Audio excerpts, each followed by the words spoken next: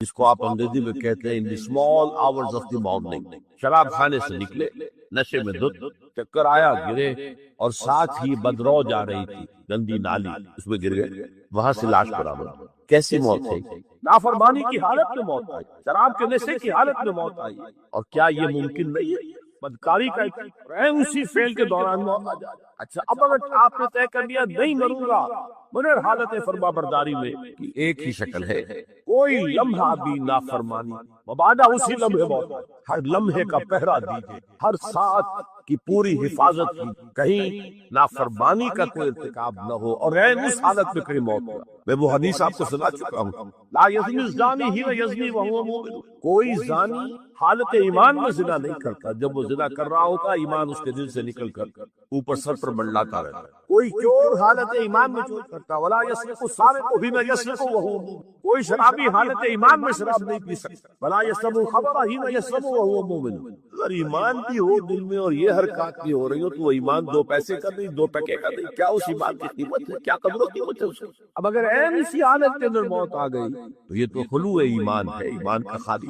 یہ ہے وہ بات جو کہی گئی. اب یہ اسلام اور تقوی، ان دونوں کو یہاں نوٹ کر لیجئے. یا ایھا الذین آمنوا اتقوا اللہ حق تقاته ولا تموتن الا وانتم مسلمون. اے ایمان کے دعوے دارو، اللہ کا تقوی اختیار کرو جتنا کہ اس کے تقوی کا حق. اور دیکھنا موت میں آنے پائے مگر فرما برداری کی. عام طور پر سوچا جائے گا کہ نیکی کا تعلق تو عمل سے ہوتا ہے. ایمان جو ہے وہ کسی عمل کا نام نہیں، ایمان کے اندر حقیقت ایک ذہنی اور قلبی کیفیت ہے. لیکن واقعہ یہ ہے کہ نیکی کی اصل روح جو ہے وہ ایمان، اس لیے کہ ہر عمل کے دو پہلو ہوتے ہیں. ایک عمل کا ظاہر ہے اور ایک اس کا اصل مقصد.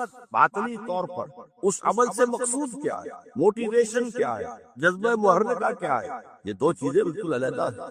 یوں سمجھ لیجئے کہ نیکی کے ظاہر کو صرف نہیں دیکھنا کہ یہ نیکی کا کام ہے، بلکہ دیکھنا یہ ہوگا کہ اصل میں اس کی موٹیویشن، اس کا جذبہ محرکہ کیا ہے. وہ جذبہ محرکہ ہے جو ایمان کے ذریعے سے، ایمان باللہ، ایمان بالآخرہ، ان دونوں کے اندر نیکی کے لیے ایک مثبت جذبہ محرکہ بھی ہے اور بدی سے بچنے کے لیے ایک منفی جذبہ محرکہ بھی. اللہ کی محبت، love of God, to please اللہ کو راضی، رضائے خداوندی کو اپنا مقصود بنا لینا، یہ جذبہ محرکہ ہے جس کے تحت انسان نیکی کرے، بھلائی کرے، خیر کرے. یہ مثبت جذبہ. لیکن اس کے ساتھ ہی منفی پہلو بھی، اللہ ناراض نہ ہو جائے، اللہ کی سزا سے بچنے، اللہ کی ناراضگی سے بچنے، انسان نیکی کا کام کرے بدی سے. اسی طرح جذبہ آخرت جو ہے، ایمان بالآخرہ، تو جنت کی طلب میں نیکی کا کام کرنا اور دوزخ سے بچنے کے لیے بدی سے بچنا. تو گویا کہ ایمان بالآخرہ اور ایمان باللہ دونوں میں مثبت پہلو بھی ہے، منفی. کہ اللہ کے ہاں مقبول اگر ہوگا تو دین خالص.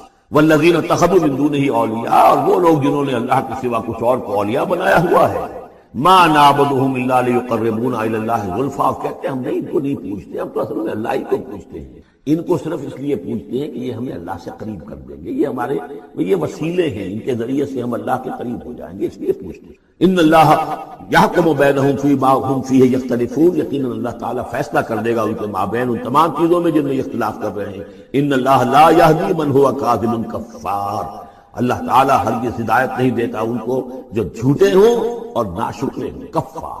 لو اراد اللہ ان یتخذ ولدا لاصطفیٰ مما یخلق ما یشاء سبحانہ، اگر اللہ کا واقعی ارادہ ہوتا کہ وہ کسی کو اولاد بنائے تو ٹھیک ہے، اپنے جو مخلوق ہے ان میں سے جس کو چاہتا چن لیتا ہے. لیکن اس کے ہاں اولاد کا تو تصور نہیں ہے، اس کی اولاد تو ہے ہی نہیں. ایک خالق ہے، باقی سب مخلوق ہے. تو فرشتے بھی مخلوق ہیں، تو اللہ کو ضرورت کیا پڑی ہے کسی کو اپنا بیٹا بنانے کی یا بیٹی بنانے کی. سبحانہ، وہ پاک ہے. هو اللہ الواحد القہار، وہ تو اللہ ہے، اکیلا ہے، قہار ہے، اور خود چھایا ہوا ہے کل کائنات کے اوپر، کل تخلیق، کل مخلوقات کے اوپر اس کی حکومت قائم ہے. خلق السماوات والارض بالحق، اللہ نے پیدا کیا ہے آسمانوں اور زمین کو حق کے ساتھ، یعنی با مقصد ہے، نتیجہ خیز تخلیق ہے، یہ بے نتیجہ کار عبث اور باطل نہیں ہے. یکبر اللیل علی النہار، وہ رات کو لپیٹ دیتا ہے دن پر. وَيُكَبِّرُ النَّهَارَ عَلَى اللَّيْلِ، اور دن کو لپیٹ دیتا ہے رات پر. اب یہ جو ہے کہیں یولج اللیل فی النہار آتا ہے، کہیں یکبر آ رہا ہے، کہ مختلف جو الفاظ ہیں، تعبیرات ہیں، لیکن مقصد کیا ہے کہ یہ دن اور رات ہے تو نہیں ہے. آپ کو معلوم ہے کہ پورا نظام جو چل رہا ہے اسی کے حوالے سے ہے، پورا عالم نباتات کا جو ریسپیریشن کا نظام ہے وہ اسی کے ساتھ متعلق ہے. لہذا یہاں کوئی شے بھی بے مقصد نہیں ہے. جب کوئی شے بے مقصد نہیں ہے تو انسان کیسے بے مقصد ہوتا ہے؟ کس لیے اس کو پیدا کیا؟ حدیث میں جیسا کہ آیا کہ انما الدنیا خلقت لکم وانتم خلقتم للآخرہ، دنیا تمہارے لیے بنائی گئی لیکن تم آخرت کے لیے بنا۔ جب تک کہ آخرت کا تصور نہ ہو پھر انسان کا، خاص طور پر انسان میں جو اخلاقی حص ہے، ایک مورل سینس ہے اس کے اندر، کچھ چیزیں اچھی ہیں کچھ بری ہیں، اس کا احساس ہے اس کے اپنے اندر، تو اس کا کوئی نتیجہ کہاں آخر نکل رہا ہے دنیا میں؟ اس کے لیے دوسری زندگی اور بعد سے بعد الموت لازمی ہے۔ وسخر الشمس والقمر، اور اس نے مسخر کر دیا سورج کو بھی اور چاند کو بھی، کل یجری لاجل مسمى، یہ سب کے سب چل رہے ہیں ایک وقت معین تک۔ الا هو العزیز الغفار، آگاہ ہو جاؤ وہ زبردست ہے اور بخشنے والا ہے۔ خلقکم من نفس واحدۃ ثم جعل منها زوجها، اس نے بنایا تمہیں ایک ہی جان سے، ایک ہی جی سے۔ اب اس کو جو لوگ ایولیوشن کو مانتے ہیں یا سمجھتے ہیں کہ قرآن مجید کے ساتھ اس کے بعد اجزاء کی مطابقت ہے، وہ تعبیر کرتے ہیں کہ ایک ہی، یعنی ابتدا میں جو حیوانات پیدا کیے گئے ہیں، جو لوور اینیملز ہیں بالکل شروع میں، ان میں سیکس نہیں تھا، جیسے کہ امیبا ہے، وہ بس دو حصوں میں تقسیم ہو گیا، یہی اس کی اولاد ہو گئی، وہ جو باپ کہہ لے ماں کہہ لے وہ ایک ہی ہے۔ اس کے بعد ایسے بھی پیدا ہوئے کہ جن میں ایک ہی جانور میں دونوں سیکس ہیں۔ یہ جو راؤنڈ ورم ہوتا ہے، راؤنڈ ورم جو برسات میں جو نکل آتے ہیں بہت لمبے لمبے سے کیڑے، یہ ہرمافرڈائٹ ہیں، ان کے اندر میل اور فیمیل آرگنز دونوں ایک کے اندر موجود ہیں۔ اس طریقے سے رفتہ رفتہ پھر ڈیفرینسیشن ہوئی، میل علیحدہ ہو گیا، فیمیل علیحدہ ہو۔ خلقکم من نفس واحدۃ ثم جعل منها زوجها، اسی جان سے اس کا جوڑا بنایا۔ وانزل لکم من الانعام ثمانیۃ ازواج، اور تمہارے لیے 8 جوڑے اتار دیے تمہارے مویشیوں میں سے۔ عام طور پر عرب میں جو مویشی موجود تھے ان میں سے اونٹ نر اور مادہ، گائے نر اور مادہ، اسی طریقے سے بھیڑ نر اور مادہ، اور بکری نر اور مادہ، یہ جو ہیں ان کے ہاں یہی مویشی تھے۔ ثمانیۃ ازواج یہ سورہ انعام میں بھی آ چکا ہے، وہ ہمیں یاد ہوگا۔ من الابل اثنین ومن البقر اثنین ومن المعز اثنین، یہ وہاں آ چکا ہے۔ یخلقکم فی بطون امہاتکم، اور وہ تمہیں پیدا کرتا ہے تمہاری ماؤں کے پیٹوں میں، خلقا بعد خلق، ایک خلق کے بعد دوسری خلق، تخلیق کے بعد مراحل ہیں اس کے، نطفہ ہے، علقہ ہے، مضغہ ہے، مخلقہ غیر مخلقہ، پھر اس کو جو، اور پھر خلقا آخر، ایک اور ہی تخلیق ہے۔ اس پر میں عرض کر چکا ہوں کہ اس موضوع پر ضربہ سلام جو ہے قرآن مجید کا، وہ سورہ مومنون کا پہلا رکوع ہے۔ فی ظلمات ثلاث، یہ ذکر یہاں آیا ہے، 3 پردوں کے اندر تخلیق ہو رہی ہے، یعنی ایک پردہ یہ پیٹ کی دیوار ہے، جو مردوں کی بھی دیوار ہے، یہ پیٹ کی ایبڈومینل وال ہے۔ دوسرا پردہ پھر جو یوٹرس ہے، رحم ہے ماں کا، اس کی موٹی دیوار ہے۔ تیسری وہ جھلی ہے جس میں کہ وہ بچہ جو ہے جنین لپٹا ہوا ہوتا ہے۔ اب دیکھیے یہ بھی ظاہر بات، اس وقت جو ہے جینیٹکس بھی نہیں پڑھائے گئے تھے، نہ یہ پڑھائی گئی تھی ایمبریولوجی، کچھ بھی نہیں تھا، لیکن فی ظلمات ثلاث، یہی وجہ ہے جو میں نے آپ کو بار بار بتایا ہے۔ کیتھل مور جو کہ ایمبریولوجی پر اس وقت دنیا کی سب سے بڑی اتھارٹی سمجھا جاتا ہے، اس نے مانا ہے کہ قرآن مجید میں جس طریقے سے یہ بیان ہوا ہے واقعتاً حیران کن۔ تو 3 پردوں کے اندر اللہ جیسا چاہتا ہے بنا رہا ہے، اس کا منہ قلم تو اللہ ہی ہے نا، شکل بنا رہا ہے اس کی جو بھی کر رہا ہے، اب ہم اس کو تشبیہ تو نہیں دے سکتے، لیکن اللہ بنا رہا ہے۔ یخلقکم فی بطون امہاتکم، وہ بناتا ہے، تخلیق کرتا ہے تمہاری ماؤں کے پیٹوں میں، خلقا بعد خلق، ایک طرح سے دوسری طرح، ایک درجے کے بعد دوسرا درجہ، فی ظلمات ثلاث، 3 اندھیروں میں۔ ذالکم اللہ ربکم، وہ ہے اللہ تمہارا رب، لہ الملک، بادشاہی بھی اسی کی ہے، لا الہ الا هو فانا تصرفون، اس کے سوا کوئی معبود نہیں ہے، تو کدھر پھرائے جا رہے ہو۔ ان تکفروا فإن اللہ غنی عنکم، اگر تم کفران نعمت کرتے ہو، کفر کرتے ہو، تو اللہ غنی ہے، اسے تمہاری کوئی ضرورت نہیں ہے، احتیاج نہیں ہے، یہ نہ سمجھو کہ اس کی سلطنت میں کوئی کمی آ جائے گی۔ ولا یرضی لعبادہ الکفر، لیکن وہ اپنے بندوں سے کفر پر راضی نہیں ہے، اختیار تو اس نے دیا ہے، اما شاکرا و اما کفورا، چاہو تو شکر گزار بندے بنو، چاہو کفران نعمت کے روش اختیار کرو، چوائس از یورس۔ لیکن یہ جان لو اللہ راضی نہیں ہے کفر پر، راضی وہ ہوتا ہے وَإِن تَشْكُرُوا يَرْضَهُ لَكُمْ، اگر تم اس کا شکر کرو، اس کی تعریف کرو، اس کی بندگی کرو، پھر وہ تم سے راضی ہوگا۔ وَلَا تَزِرُ وَازِرَةٌ وِزْرَ أُخْرَىٰ، اور نہیں اٹھائے گی کوئی اٹھانے والی جان کسی دوسری جان کے بوجھ کو۔ ثُمَّ إِلَىٰ رَبِّكُمْ مَرْجِعُكُمْ، پھر تمہارا لوٹنا ہے تمہارے رب ہی کی طرف، فَيُنَبِّئُكُمْ بِمَا كُنتُمْ تَعْمَلُونَ، پھر وہ تمہیں بتا دے گا، متنبع کر دے گا جو کچھ کہ تم کرتے رہے تھے۔ انہ علیم بذات الصدور، یقیناً وہ جاننے والا ہے سینوں کے اندر چھپی ہوئی باتوں کا بھی، جو راز ہیں تمہارے سینوں میں۔ وَإِذَا مَسَّ الْإِنسَانَ ضُرٌّ دَعَا رَبَّهُ مُنِيبًا إِلَيْهِ، اور جب انسان کو کوئی تکلیف پہنچتی ہے وہ اپنے رب کو پکارتا ہے، دعائیں کرتا ہے اس کی طرف رجوع کرتے ہوئے۔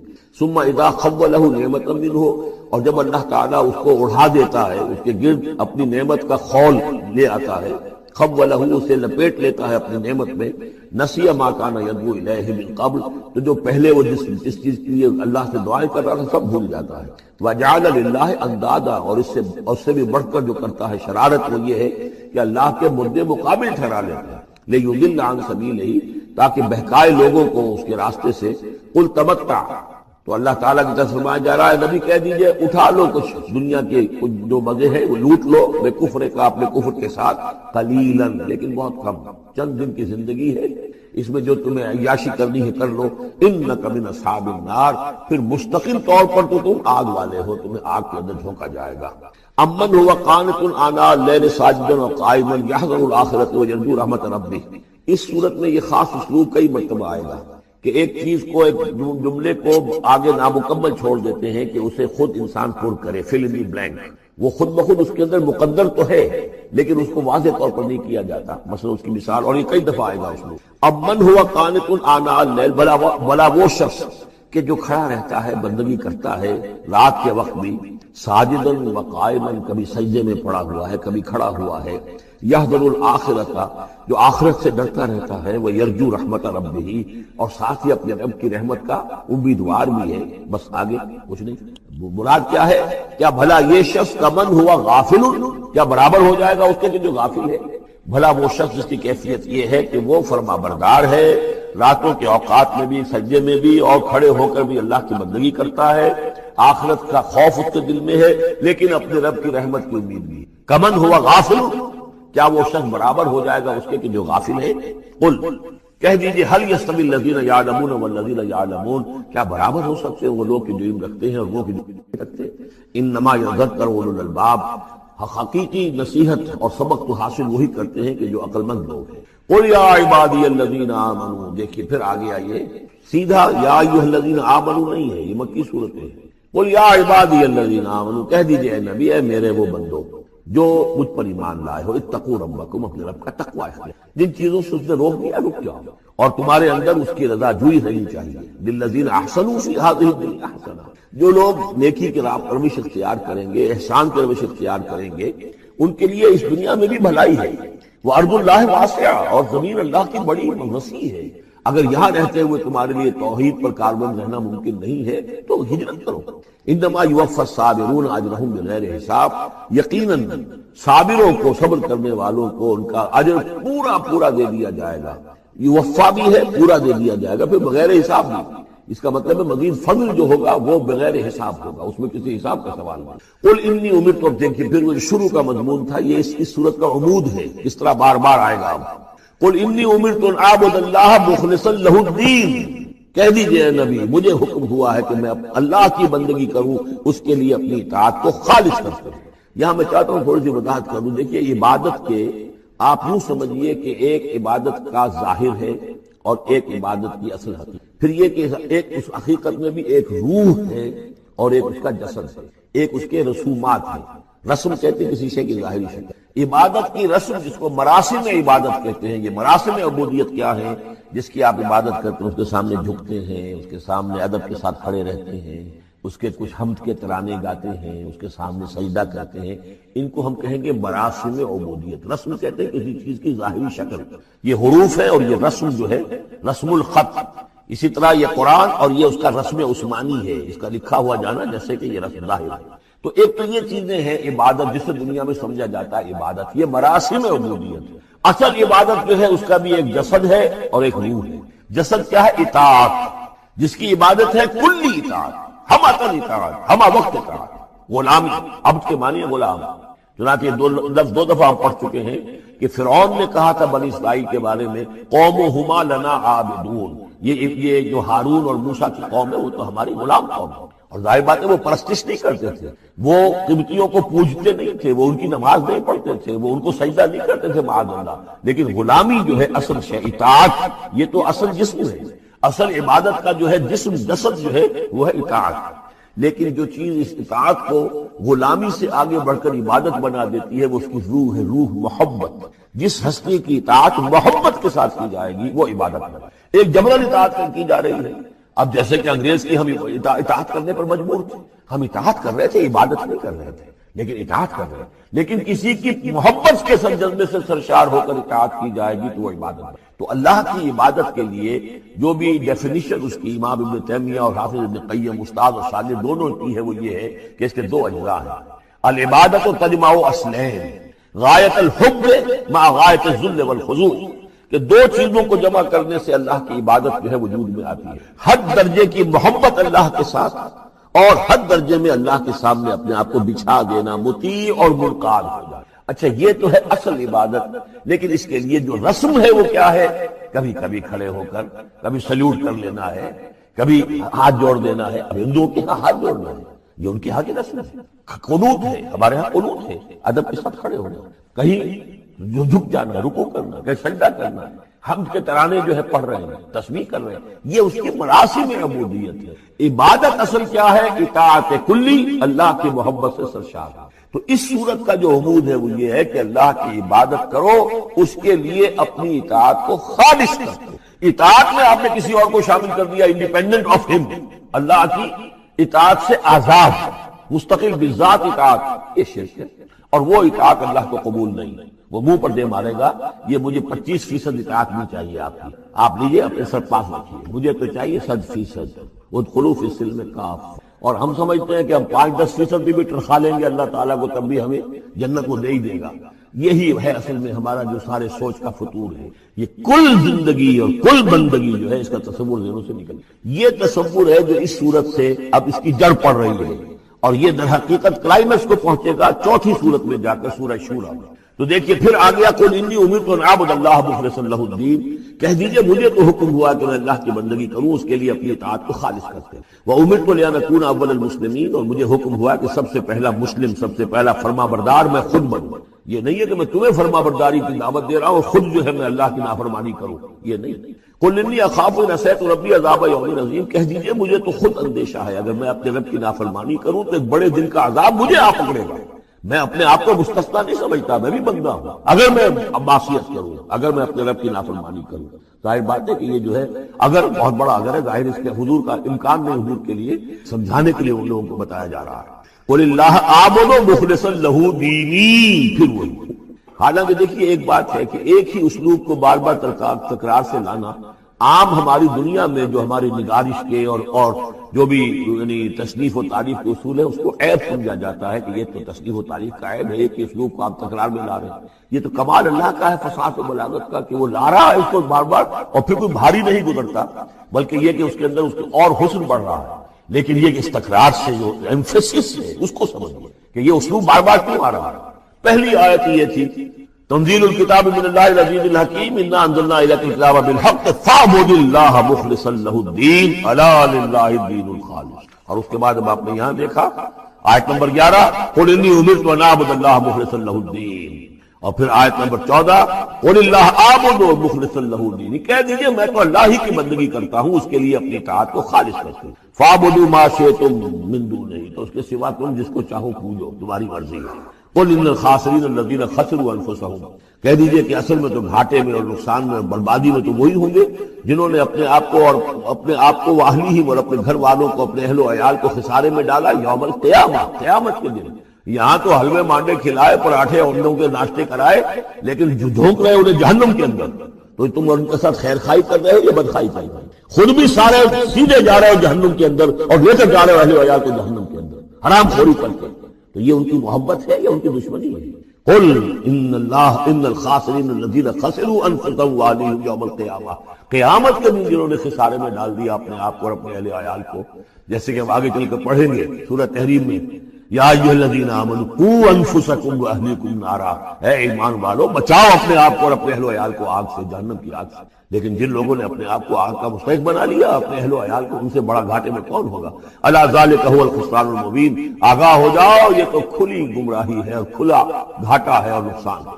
لہم من فوقہم ظلل من النار، ان کے لیے ہوں گے ان کے اوپر سے بھی بادل ہوں گے تہ بر تہ ظلل آگ کے، ومن تحتہم ظلل، اور ان کے نیچے بھی آگ کے بھبکے ہوں گے اور وہ بھی تہ پر تہ ہوں گے۔ ذالک یخوف اللہ بہ عبادہ، یہ ہے وہ شے کہ جس سے اللہ ڈرا رہا ہے اپنے بندوں کو۔ یا عباد فاتقون، اے میرے بندوں پس ڈرو، بچو، اس آگ سے اپنے آپ کو بچانے کی کوشش کرو۔ والذین اجتنبوا الطاغوت ان یعبدوہا، وہ لوگ کہ جنہوں نے طاغوت کا انکار کیا، ان سے کنارہ کشی کر لی، ان کی بندگی نہیں کی۔ اور یہ طاغوت کا لفظ سورہ بقرہ سے پڑھتے ہوئے آ رہے ہیں، فمن یکفر بالطاغوت ویؤمن باللہ فقد استمسک بالعروۃ الوثقی، جو بھی اللہ کی اطاعت سے سرتابی کر رہا ہے وہ طاغوت ہے۔ طغا کسے کہتے ہیں؟ طغیان۔ دریا اپنی حد میں بہ رہا ہے، کیا خوبصورت منظر ہے، اور وہ حد سے باہر نکلا طغیانی آ گیا۔ یہ انسان اللہ کی بندگی کی حد میں رہے، بہت اچھا ہے، اللہ کا خلیفہ ہے، اشرف المخلوقات ہے، اور بڑھ گیا آگے اور اللہ کے حدود کے اندر داخل ہو گیا، اپنے نفس کو بنا لیا مطاع یا کسی اور کو بنا لیا مطاع، خود حاکم بن بیٹھا یا کسی اور کی حاکمیت کا قائل ہو گیا، اللہ سے آزاد ہو کر، تباہی ہے، بربادی، وہ طاغوت ہے۔ تو جن لوگوں نے بھی کنارہ کشی کر دی اس سے کہ وہ طاغوت کی بندگی کریں، وَأَنَابُوا إِلَى اللَّهِ، اور انہوں نے رخ کر لیا اپنا اللہ کی طرف، رجوع کر لیا، لَهُمُ الْبُشْرَىٰ، ان کے لیے بشارت ہے، فَبَشِّرْ عِبَادِ، تو اے نبی میرے ایسے بندوں کو بشارت دے، اللہم ربنا اجعلنا منہم۔ یہ جو اب اگلی آیت آ رہی ہے اس کو غور سے سنیے، فَبَشِّرْ عِبَادِ الَّذِينَ يَسْتَمِعُونَ الْقَوْلَ فَيَتَّبِعُونَ أَحْسَنَهُ، جو لوگ کے کلام سنتے ہیں، بات سنتے ہیں، اور پھر جو اس کا بہترین رخ ہوتا ہے، بہترین پہلو ہوتا ہے، اس کی پیروی کرتے ہیں۔ یعنی یہ کہ دین جس کی طرف کہ اللہ تعالیٰ تمہیں بلا رہا ہے، اس کے بھی درجے ہیں۔ ایک درجہ ہے صرف اسلام کا، ایک اس سے اونچا درجہ ہے ایمان، ایک سب سے اونچا درجہ ہے احسان، واللہ یحب المحسنین۔ تو اچھے سے اچھے درجے کی طرف جانے گا۔ ہمارا معاملہ کیا ہے دنیا میں؟ تو ہم سمجھتے ہیں کہ اچھی سے اچھی، بہتر سے بہتر ہے، جستجو کی خوب سے ہے خوب تر کہاں، اور دین میں ہم کہتے ہیں تھوڑا اور کم پر بھی گزارا ہو جائے، کہیں اور تھوڑی رعایت کر کے پیچھے چلے جائیں، پاس ہو جائیں کسی طرح، کم سے کم کے لیے۔ یہ ہے حقیقت جو کہ برعکس روش ہونی چاہیے، فَيَتَّبِعُونَ أَحْسَنَهُ، عظیمت کا راستہ اختیار، بہتر سے بہتر کے لیے، ایم ہائی، دین کے معاملے میں بھی اپنا ارادہ جو رکھو اونچا رکھو۔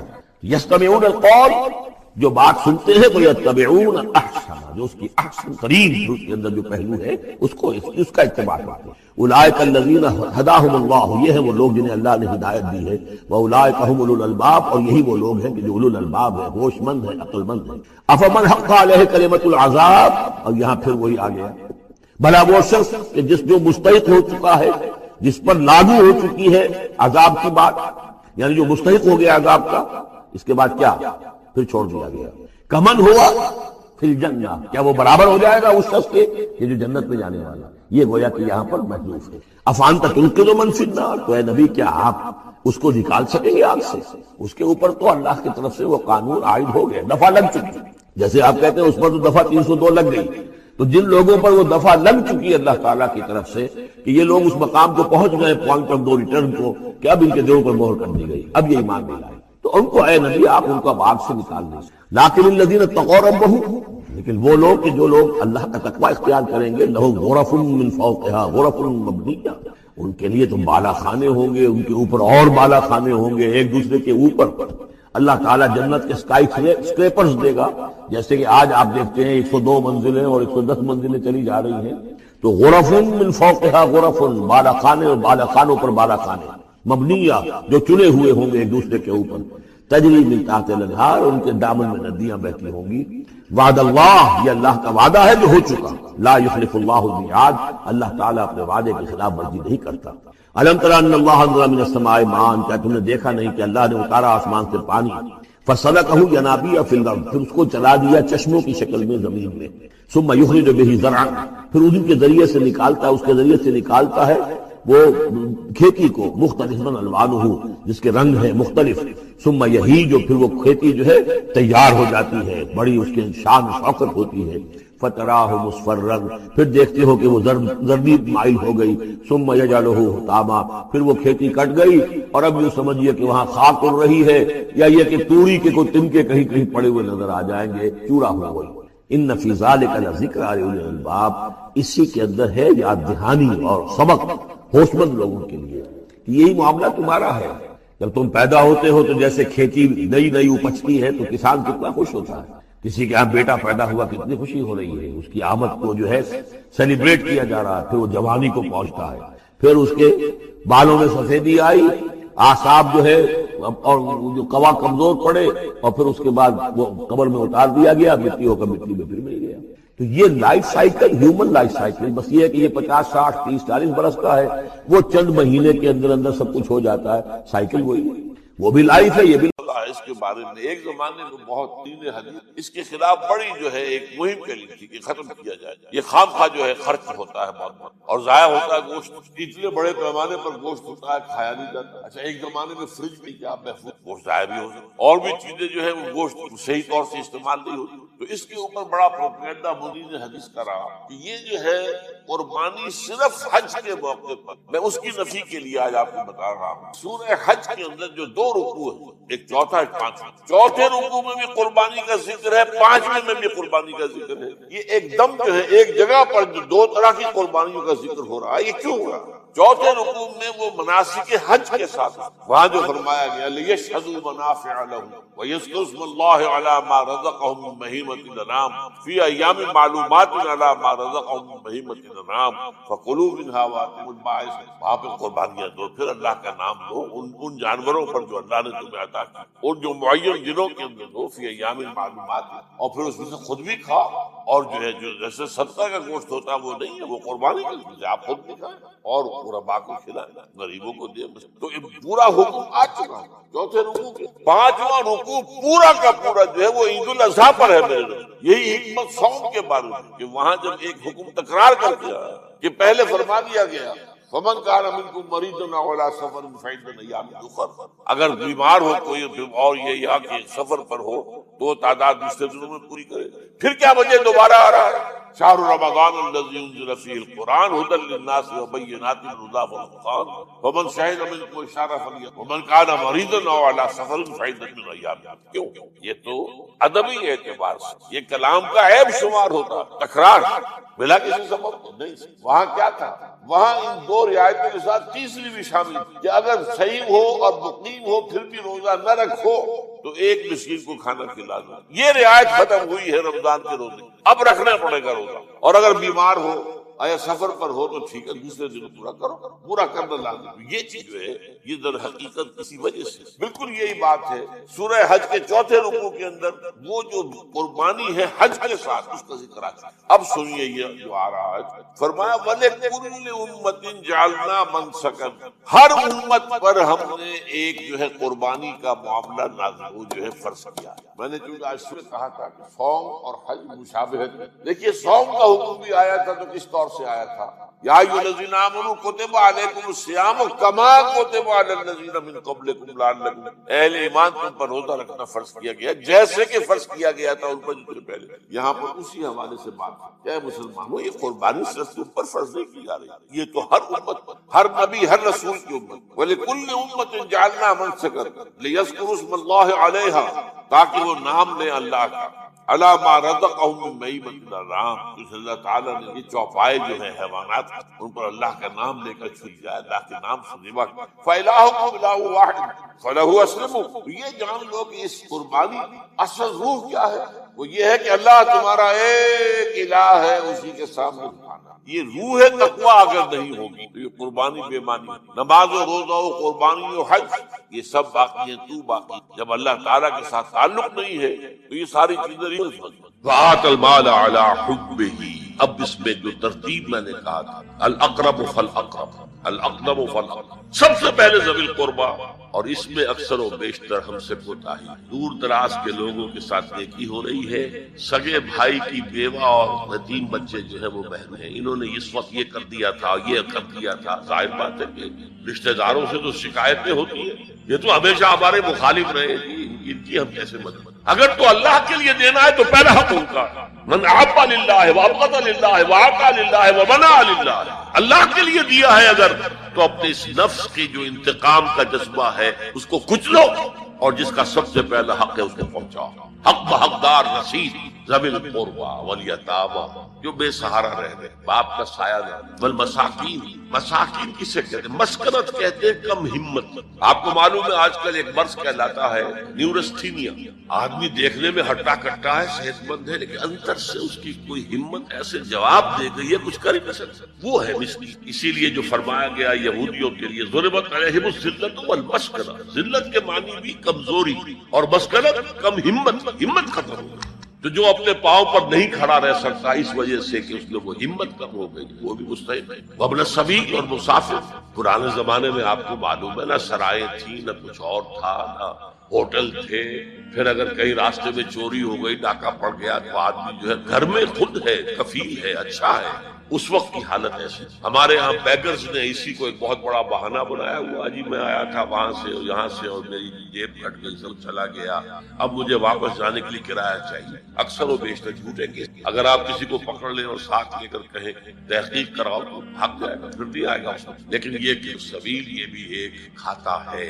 وسائلین، یہ ذرا تفصیل طلب محمد، اسلام کی تعلیم بڑی متوازن، ایک طرف سوال کی مذمت ہے، مت اپنا دستے سوال دراز کرو کسی کے سامنے۔ جو شخص ہاتھ پھیلاتا ہے مانگنے کے لیے، وہ اپنی عزت نفس کو ہتھیلی پر رکھ کر آپ کے سامنے پیش کرتا ہے اور آپ ٹھوکر مار دیتے ہیں اس کی عزت۔ مانگو اللہ سے، اللہ کسی کے دل میں ڈالے تمہاری ضرورت پوری کر سکتا ہے، بغیر اس کے کہ تم کسی کے سامنے دستے سوال دراز کرو۔ تو سخت مذمت ہے، اور خاص طور پر بیگری جو ایک انسٹیٹیوشن بن گیا ہے، ایک پیشہ بن۔ اسلام کی تعلیمات کے منافی اور جس طرح کی ہم خیرات بانٹتے ہیں، 5 روپے کا نوٹ دے رہے ہیں مانگنے والوں، مسجدوں کے باہر سمجھ رہے ہیں ہم نے حاتم طائی کی خبر کو لات مار دی، حالانکہ حقیقت میں آپ انسٹیٹیوشن آف بیگری کو سپورٹ کر رہے ہیں۔ کسی ایک کو لے لو، آؤ چلو مجھے اپنا گھر دکھاؤ، مجھے بتاؤ تم واقعی اس قابل ہو یا نہیں ہو، اور پھر اس کی مدد کرے، لمسم کرے، پھر وہ 5 روپے دیں، ایسی دے کہ وہ کچھ اپنے پاؤں پر کھڑا ہو۔ میں نے 1 روپیہ نہیں کہا، آج دیکھیں 1 روپیہ تو اب کوئی شے نہیں رہی، لیکن یہ کہ 5 روپے کا نوٹ بھی آپ نے تقسیم کرنے شروع کر دیے، یہ کیا ہے؟ والسائلین وفی الرقاب، لیکن دوسری طرف سائل کو جھڑکنا نہیں، ولا اما سائل فلا تنہر، جھڑک کو نہیں، اچھا بھائی نہیں معاف کرو، میرے پاس آپ کی مدد کی، میں کچھ نہیں کرتا۔ دونوں کے درمیان اصل میں معاملہ، بلکہ یہاں تک بھی فرمایا سائل کو ضرور دو، چاہے وہ گھوڑے پر سوار ہو کر تمہارے دروازے، کیا پتا اس کی واقعی الجھن کیا ہے۔ تو سوال کی مذمت اور سائل کو جھڑکنے کی ممانعت، حتی الامکان خالی ہاتھ نہ لوٹاؤ، اس نے اپنی عزت نفس اپنی ہتھیلی پر رکھ کر تمہاری سامنے پیش کر دیا، اسے ٹھوکر۔ لیکن جیسا کہ میں نے عرض کیا، یہ انسٹیٹیوشن آف بیگری جو ہے یہ ایک علیحدہ شے ہے، بالکل اس کا اس سے کوئی تعلق نہ سکتا۔ وفی الرقاب، رقاب جمع ہے رقبہ، گردن، فک رقبۃ او اطعام فی یوم ذی مسغبۃ یتیما ذا مقربۃ او مسکینا ذا متربہ۔ فک رقبۃ، کسی کی گردن چھڑا دے۔ اس وقت سب سے بڑی اپلیکیشن اس کی تھی غلاموں کو، کنیزوں کو اپنے پیسے سے خرید کر آزاد کرنا، بہت بڑی نیکی، بہت بڑی نیکی۔ اور حضرت ابو بکر رضی اللہ تعالیٰ عنہ کے دفتر فضائل میں سب سے اونچا کام کہ جن غلاموں کو، جن کنیزوں کو ستایا جا رہا تھا، their owners, their masters، ان کے آقا کو حق حاصل تھا، جو چاہے کرے ان کے ساتھ، قتل کر دے کوئی پوچھنے والا نہیں ہے۔ میں پہلے بھی عرض کر چکا، میری ملکیت ہے، جیسے میری بکری میری ملکیت ہے، میں نے اس کو ذبح کیا، گوشت کھا لیا، تم کون ہوتے ہو پوچھنے والے؟ میرا غلام تھا، میں نے قتل کر دیا، تم کون ہو؟ ان کو حضرت ابو بکر نے خرید کر آزاد کیا، اور منہ مانگے دام حضرت بلال کے لیے امیہ ابن خلف نے اتنی بڑی رقم مانگی، حضرت ابو بکر نے کہا ٹھیک ہے۔ باپ نے کہا بھی ابو قحافہ نے، ابو بکر کو کوئی غلام خریدنا ہی تھا، کوئی طاقتور آدمی جو کام آ سکے کہیں، اس کو خریدنا چاہیے۔ مجھے کیا پتا ابو بکر کس لیے خرید رہا اور کس کے لیے خرید رہا۔ آج کے دور میں اس کی اپلیکیشن ہوگی، کوئی شخص جو ہے اگر قرض میں اس طرح جکڑا جائے کہ لاکھ ہاتھ پاؤں مارے نکل نہیں سکتا، اس کو کوئی لمپ سم مدد دے کر اس قابل کیا جائے کہ وہ پھر اپنے پاؤں پر کھڑا ہو جائے۔ یہ نہیں کہ اسے آپ ہر مہینے کچھ رقم دیتے رہے، اس سے تو وہ اسی پوزیشن میں رہے گا۔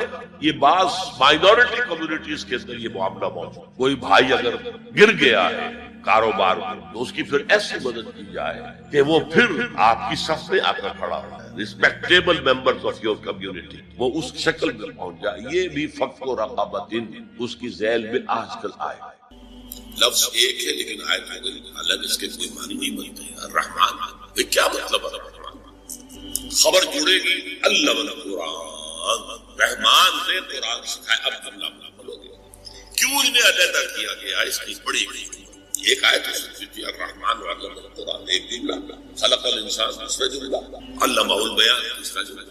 لیکن نہیں، پہلے جملے کو سپلٹ کر کیوں چار چوٹی کی چیزوں کا ذکر ہے. یہ خاص مقام ہے، اس پر اللہ نے مجھے خاص شرح ہے. یہ بات ہے آپ کو کسی تفسیر میں نہیں مل سکتی. یہ اللہ کے لیے نہیں، اس کی عطا ہے، اس کا فضل ہے، اس کا کرم ہے. ذالک فضل اللہ یؤتیہ من یشاء. اللہ کے ناموں میں سب سے زیادہ حسین اور محبوب نام یہ عام تصور کے خلاف ہے. ہمارے ہاں اہل تصوف نے اس کو عام کیا ہے کہ اللہ کا اسم ذات اللہ، اور قرآن میں بھی اللہ کا استعمال زیادہ ہے. اس کی وجہ کیا ہے؟ یہ نام عربوں میں پہلے سے موجود تھا. ظاہر بات ہے گفتگو کسی سے کرنی ہو تو آپ کے اور اس کے درمیان کمیونیکیشن کسی کامن ایشو سے شروع ہو سکتی. اللہم دعا مانگتے تھے مریت سے لبیک اللہم لبیک لبیک لا شریک لک لبیک الا شریکا تملکہ وما ملک. لبیک تلبیہ تو ان کا بھی یہی تھا، لبیک اللہم لبیک، میں حاضر ہوں اللہ میں حاضر ہوں، اللہ میں حاضر ہوں. تیرا کوئی شریک نہیں سوائے اس شریک کے کہ جو اختیار اسے حاصل ہے وہ بھی تیرا اختیار ہے. اللہ ان کے ہاں ہمیشہ سے معروف تھا، اس لیے تو اللہ کا نام ہے. لیکن قرآن نے زیادہ انٹروڈیوس کیا الرحمن. سورۃ الفرقان کی آیت ہے جب ان سے کہا جاتا ہے رحمان کو سجدہ کرو، قالوا من الرحمن، وہ کہتے ہیں یہ رحمان کون ہے؟ ہم نہیں جانتے. یہ الفاظ موجود، حالانکہ لفظ موجود تھا رحمان. حضرت ابوبکر بیٹا دور جاہلیت کی پیداوار ہے عبد الرحمن ابن ابی، لیکن پھر بھی وہ اسے اس معنی میں نہیں لیتے تھے. اللہ قرآن نے اسے فرمایا کہ کیوں کہا اس کو. دیکھیے اللہ نے ہمیں پیدا کیا، کوئی ہماری غرض تھی، ہم نے چاہا تھا کہ ہمیں پیدا کیا جائے. اللہ ہمیں رزق دیتا ہے اپنے مقصد سے دیتا ہے. ہمیں زندہ رکھنا ہے اس نے امتحان کے لیے، امتحان لینا ہے نا، تو زندہ رہیں گے تو امتحان دیں گے. ہمیں جس کی احتیاج ہے، جس کی احتیاج ہے، جس کی احتیاج وہ رحمت ہے. اور یہ رحمت کا مادہ وہ ہے جس سے اللہ کے دو نام الرحمن الرحیم، الرحمن الرحیم. بسم اللہ الرحمن الرحیم. رحمت کی سب سے زیادہ کیوں؟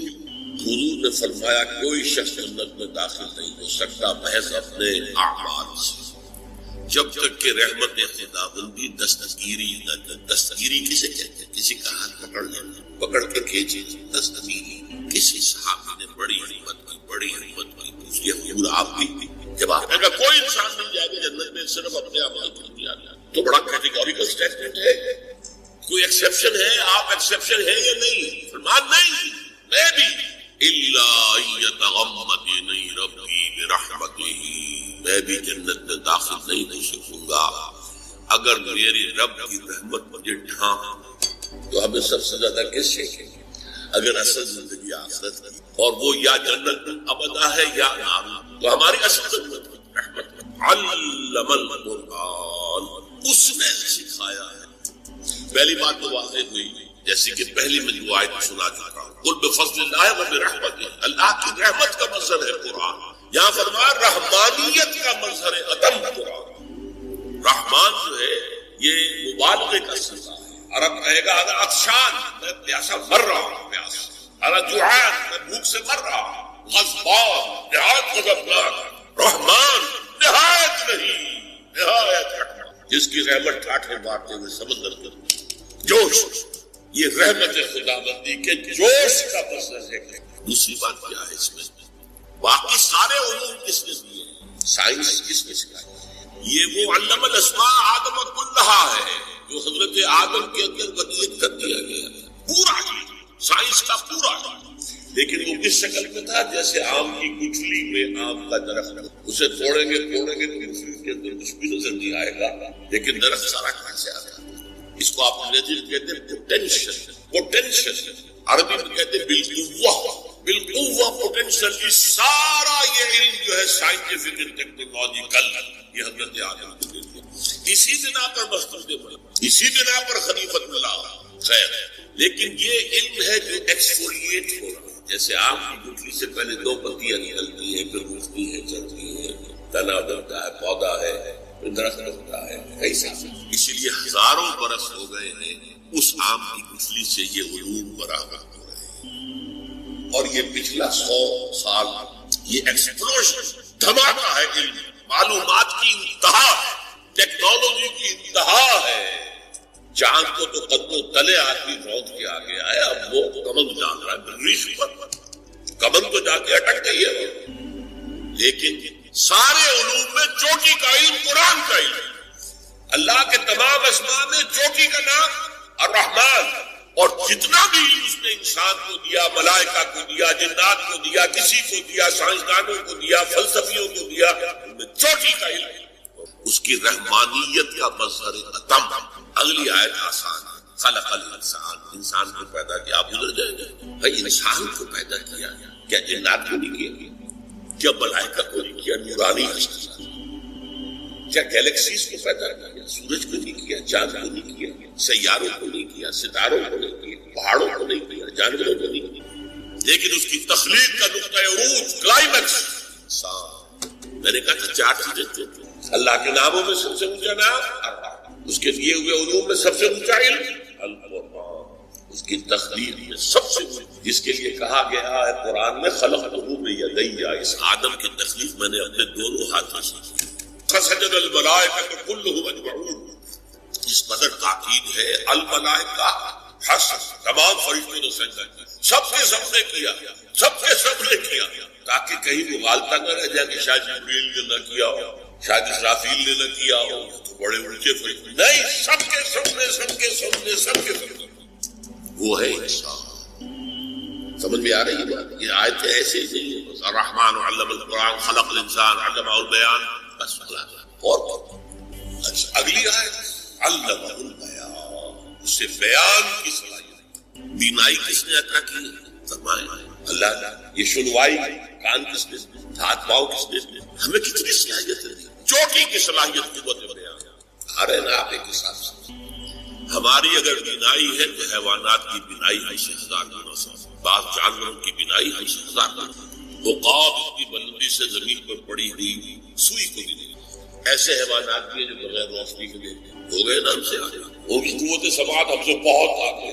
گھوڑے کے سوار نے ابھی کوئی آواز نہیں سنی، گھوڑے کے کان میں سن لی ہے، اس کے کان کھڑے ہو گئے، اینٹیناز جنہیں آپ کہتے کنوتیاں، گھوڑے کی کنوتیاں کھڑی ہو کہ کچھ خطرہ ہے۔ ابھی سوار کہتے ہیں، فرشتے کو بھی پتا نہیں، اس کی سماعت اتنی تیز ہے۔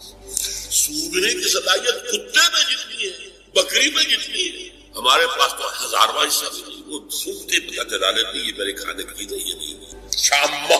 اس اعتبار سے سوچیے ساری صلاحیتوں میں ٹاپ کی صلاحیت انسان کے پاس، اسی لیے انسان کو کہتے ہیں حیوان ناطق، یہ بات کرنے والا حیوان۔ یہ چوٹی 4 چیزیں چوٹی۔ اللہ کے ناموں میں سب سے اونچا نام رحمان، جو علم اس نے دیے ان میں سب سے اونچا علم قرآن، جو بھی مخلوقات اس نے پیدا کی ان میں چوٹی کی مخلوق انسان، اور انسان کو جو بھی صلاحیتیں دی ہیں ان میں چوٹی کی صلاحیت بیان۔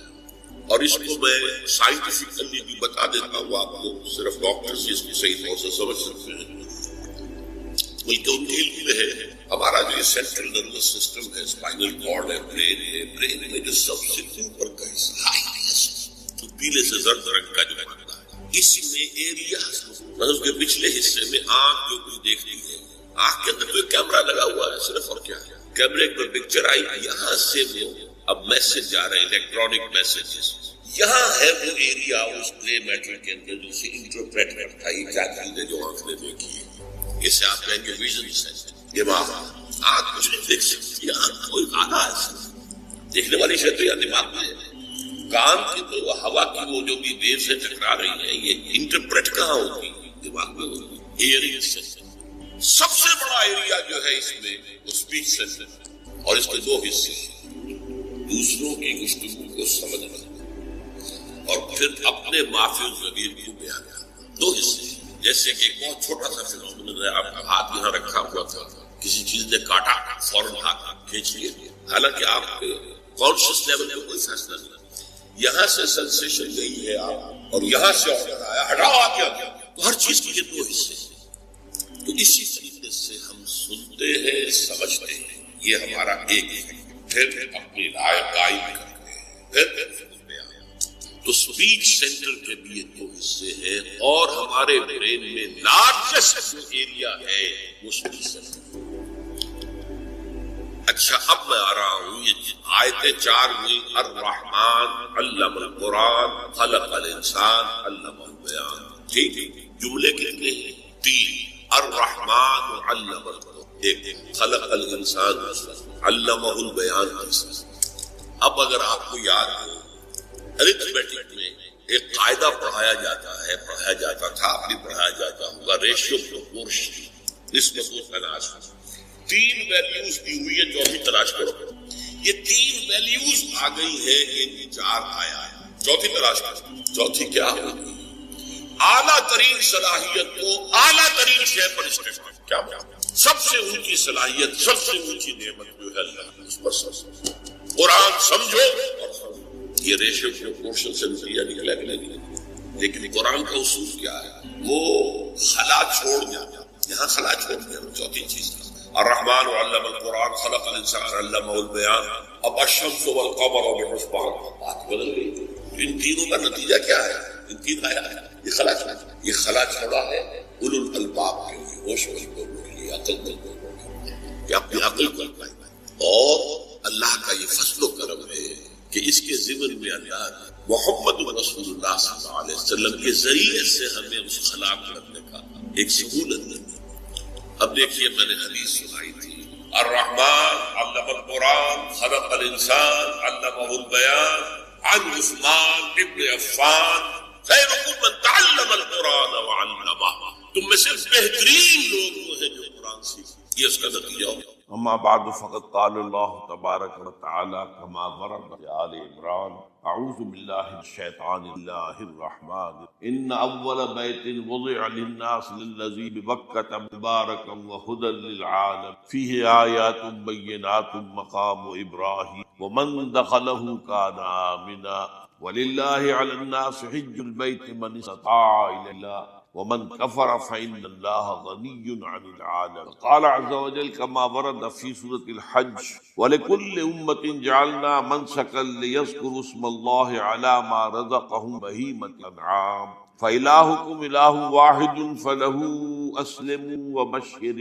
الذين إذا ذكر الله وجلت قلوبهم والصابرين على ما أصابهم والمقيم الصلاة ومما رزقناهم والبدن جعلناها لكم من شعائر الله لكم فيها خير فاذكروا اسم الله عليها صواف فإذا وجبت جنوبها فكلوا منها وأطعموا القانع والمعتر كذلك سخرناها لكم لعلكم تشكرون لن ينال الله لحومها ولا دماؤها ولكن يناله التقوى منكم كذلك سخرها لكم لتكبروا الله على ما هداكم وبشر المؤمنين صدق الله رب اشرح لي صدري امري واحلل عقدة من لساني يفقهوا اللهم ربنا الهمنا رشدا اللهم ارنا الحق حقا وارزقنا اتباعه وارنا الباطل باطلا آمین یا رب۔ آج ذی الحجہ کی تاریخ، گویا کہ ٹھیک 1 ہفتے کے بعد اضحیٰ۔ دیکھیے اسلام میں جو 4 عبادات فرض کی، 4 ارکان ہیں، ایک رکن تو ہے جس کا تعلق ہے عقیدے سے، کلمہ شہادت، اور 4 ارکان وہ ہیں جن کا تعلق عبادات سے، نماز، روزہ، حج، زکات۔ ان میں ایک عجیب قسم کی مثلاً 1 2 جمع 2 کی تقسیم بنتی، 2 عبادات ان میں سے وہ ہیں جو ہر مسلمان پر فرض، امیر ہو، غریب، مرد ہو، عورت ہو، ہر ایک، نماز اور یہ دونوں ہر ایک۔ لیکن 2 وہ ہیں کہ جو صرف صاحب استطاعت میں فرض ہیں، وہ عام ہیں۔ جو صاحب نصاب ہیں ان پر زکوٰۃ ہے، جو صاحب استطاعت ہیں، حج کا زکوٰۃ ہے ان پر۔ اس میں 2 جمع 2 کی ایک تقسیم اور آتی ہے، ایک اور اعتبار سے۔ قرآن میں زیادہ ایمفیسس 2 عبادات پر، نماز اور زکوٰۃ۔ اقیموا الصلاۃ وآتوا الزکاۃ، اقیموا الصلاۃ وآتوا الزکاۃ، اقیموا الصلاۃ وآتوا یقیمون الصلاۃ ویؤتون الزکاۃ۔ یہ گویا کہ بندھا ہوا ہے ایک جوڑا، جبکہ یہ صورتحال جو ہے روزے کی بھی نہیں ہے۔ صلاۃ اور زکوٰۃ کا حکم بے شمار مرتبہ قرآن میں، اور روزے کے سارے احکام ایک مقام پر سورہ بقرہ کے 23 کے آیات میں سب کا سب بیان ہے۔ باقی تو بعض جگہوں پر اس کا صرف اس اعتبار سے تذکرہ ہے کہ اگر کوئی کفارہ ادا کرنا ہے اس کے لیے اتنے روزے رکھ لو، ورنہ یہ ہے کہ روزے کا اپنی جگہ پر مستقل بذات جو ہے وہ ذکر یا حکم۔ اس اعتبار سے غور کیجئے حج کا معاملہ بھی یہی ہے۔ وہ ایک تو یہ کہ سورہ آل عمران میں اس کی فرضیت ذکر آیا، وہ میں نے آیات آپ کو تم پر ابھی، سورہ بقرہ کے 24ویں اور کچھ 25ویں رکوع میں کچھ اس کے مناسک بیان ہوئے، سورہ حج کے 4تھے رکوع میں اس کے مناسک بیان ہوئے، باقی پورے قرآن میں۔ تو اس اعتبار سے فرق ہو گیا 2 جمع 2 کا، لیکن یہ جو جن کی اہمیت اس اعتبار سے کم ہو گئی، اللہ تعالیٰ کی عجیب حکمت نظر آئی کہ ہماری جو 2 عیدیں ہیں وہ ان 2 عبادات کے ساتھ منسلک، روزوں کے اختتام پر عید الفطر، حج کے ساتھ عید